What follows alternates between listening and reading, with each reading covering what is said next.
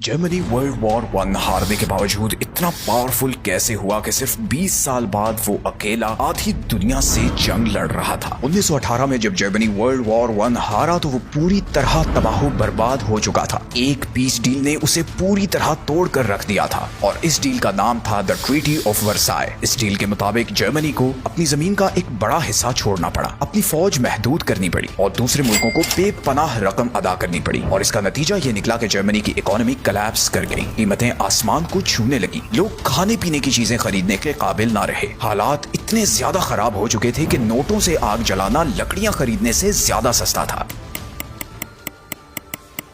सबका ख्याल था कि जर्मनी अब खत्म हो चुका है, लेकिन फिर कुछ बहुत ही अजीब हुआ। 1919 में वर्ल्ड वॉर 1 खत्म होने के बाद एक नई हुकूमत आई जिसे वेमार रिपब्लिक कहते हैं। इस हुकूमत के दौर में जर्मनी में आर्ट, साइंस और सकाफत को थोड़ी सी तरक्की देखने को मिली, but behind the scenes something else was happening. Versailles की ट्रीटी के मुताबिक जर्मनी को फौज बनाने की इजाजत नहीं थी, लेकिन फिर भी जर्मन लीडर्स ने सीक्रेटली फौजियों को ट्रेन करना शुरू कर दिया। उन्होंने अपने फौजियों को ट्रेन करने के लिए छुपकर सोवियत यूनियन भेजना शुरू कर दिया। इसी दौरान जर्मन ने भी खामोशी से असलहा और जंगी सामान तैयार करना शुरू कर दिया। फिर 1929 में द ग्रेट डिप्रेशन आ गया। जर्मनी इससे बहुत बुरी तरह मुतासिर हुआ, कारोबार बंद हो गए, लोगों की नौकरियां चली गईं और बहुत सी फैमिलीज के पास खाने पीने के पैसे तक ना रहे। और ऐसे हालात में अडोल्फ हिटलर मंजरे आम पर आया। उसने वादा किया कि वो सब कुछ ठीक कर देगा और जर्मनी को फिर से अजीम बनाएगा। उसने इक़्तिदार में आते ही पूरा सिस्टम अपने कंट्रोल में ले लिया। उसने अपने मुखालिफिन को खामोश करवा दिया और मीडिया को इतना कंट्रोल कर दिया कि हर जगह सिर्फ उसी की आवाज सुनाई देने लगी। और फिर उसने मुल्क को दोबारा खड़ा करने का काम शुरू किया। गवर्नमेंट ने बड़े बड़े कंस्ट्रक्शन प्रोजेक्ट शुरू किए, जैसे हाईवेज, रेलवे नेटवर्क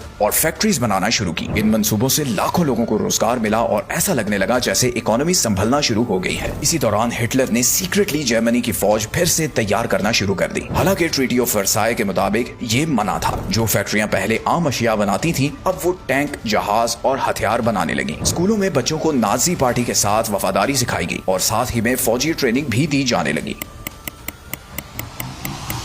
सिर्फ चंद साल बाद, लगभग 1935 के करीब, जर्मनी एक बार फिर से पावरफुल बनना शुरू हो चुका था। सिर्फ इकोनॉमी ही नहीं बल्कि मिलिट्री में भी। 1935 में हिटलर ने एक बार फिर से फौजी भर्ती लाजमी करार दे दी, जो वर्साय ट्रीटी के खिलाफ था। फिर 1936 में जर्मनी ने राइनलैंड पर कब्जा कर लिया। ये एक बहुत बोल्ड मूव थी और किसी ने जर्मनी को रोकने की जुर्रत नहीं की। जब हिटलर ने देखा कि दुनिया खामोश है तो उसका हौसला और बढ़ गया। 1938 में उसने ऑस्ट्रिया पर भी कब्जा कर लिया और उसे भी नाजी जर्मनी का हिस्सा बना लिया। फिर उसी साल उसने चेकोस्लोवाकिया के एक इलाके सुडेटनलैंड पर भी कब्जा कर लिया और पूरी दुनिया खामोश तमाशाई बनी रही, क्योंकि वो जंग से बचना चाहते थे।